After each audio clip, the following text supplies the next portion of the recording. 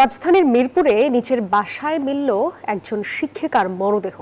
শুক্রবার দুপুরে তার রক্তাক্ত লাশ উদ্ধার করে পুলিশ। নিহতের মাথায় একাধিক আঘাতের চিহ্ন রয়েছে।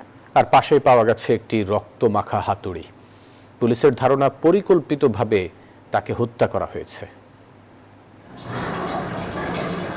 তালাবদ্ধ এই কক্ষ থেকেই উদ্ধার হয় ৬৮ বছর বয়সী ফিরোজা খানম জ্যোৎস্নার মরদেহ। ২.৫ বছর ধরে এখানেই ভাড়া থাকতেন তিনি। কক্ষটিতে ২.৫ বছর হলেও মিরপুর ১২ নম্বর ডি ব্লকের ২৯ নম্বরের এই বাড়িটিতে কাটিয়েছেন জীবনের ১০টি বছর। শুক্রবার দুপুর ১২টার দিকে তার নিথর দেহ উদ্ধার করে পুলিশ। প্রতিবেশীরা জানান, খুব একটা কথা বলতেন না তিনি। বাসায় মানুষের যাতায়াত ছিল সীমিত। ১০ বছর ধরে একই জায়গায় থাকলেও কারো সাথে ছিল না মনোমালিন্য। ফোন বাজে, ফোন ধরো না, কারণ কি দিয়ে দিয়ে তোমরা গেট খোলা, সাইডটাও খোলা, ভিতরটাও খোলা, এনার শত্রু থাকার কথাই না। আমি যেভাবে দেখি ওনার আসা চলা, লোক যা আসে তাও তো না, কাউকে আমি কোনো দেখি নাই। আমাদের তো কোনো ব্রেনের কাজ করতেছে না। কুড়িগ্রামের কৃষ্ণপুরের বাসিন্দা ফিরোজা খানম ১২ ভাই বোনের মধ্যে চতুর্থ।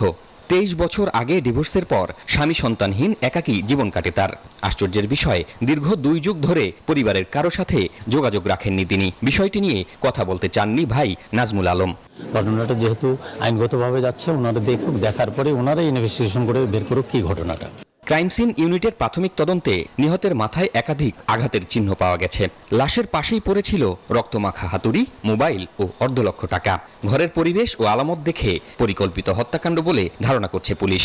আমরা প্রাথমিকভাবে সিদ্ধান্তে উপনীত হয়েছি এটি একটি হত্যাকাণ্ডের ঘটনা।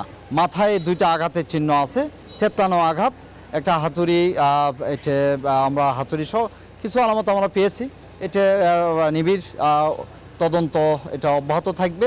ফিরোজা খানম পেশায় ছিলেন একজন শিক্ষক, বাড়িতেই প্রাইভেট পড়াতেন। ময়নাতদন্তের জন্য তার মরদেহ রাখা হয়েছে সোহরাওয়ার্দী হাসপাতালের মর্গে। শিহাব জাহিদ, নিউজ 24, ঢাকা।